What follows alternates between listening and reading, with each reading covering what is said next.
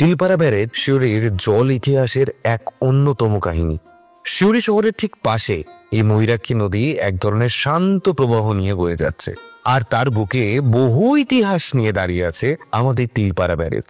সময়টা 1951 সাল। দেশ তখন সদ্য স্বাধীন হয়েছে, আর কৃষি তখন জীবনের মূল ভরসা। কিন্তু সেচের অভাবে, অনাবৃষ্টি আর অনিশ্চয়তায় এসব কিছু সমাধান খুঁজতে তৈরি হয় তিলপাড়া ব্যারেজ আমাদের এই খরার জেলা বীরভূমে। তিলপাড়া ব্যারেজের মূল পরিকল্পনা ও বাস্তবায়নের নেতৃত্ব দেন মিহিরলাল চট্টোপাধ্যায়। তার সম্মানে বহু স্থানীয় মানুষ আজও এই ব্যারেজটিকে মিহিরলাল ব্যারেজ নামে পরিচিতি দিয়ে থাকেন। আজ এই ব্যারেজ জল দেয় বীরভূম, মুর্শিদাবাদ আর ঝাড়খণ্ডের হাজারো হাজারো কৃষি জমিতে। শুধু কৃষি নয়, বক্রেশ্বরের পাওয়ার প্ল্যান্টেরও জলের উৎস এটাই, এবং গোটা সিউড়ির খাবার জলের উৎস হিসেবেও ব্যবহার হচ্ছে এই তিলপাড়া। আপনাদের জন্য জানাই, ভারতের অন্যতম চিকেন স্নেক কানেক্টিং এর অন্যতম জরুরি ব্যারেজ হলো এই তিলপাড়া ব্যারেজ।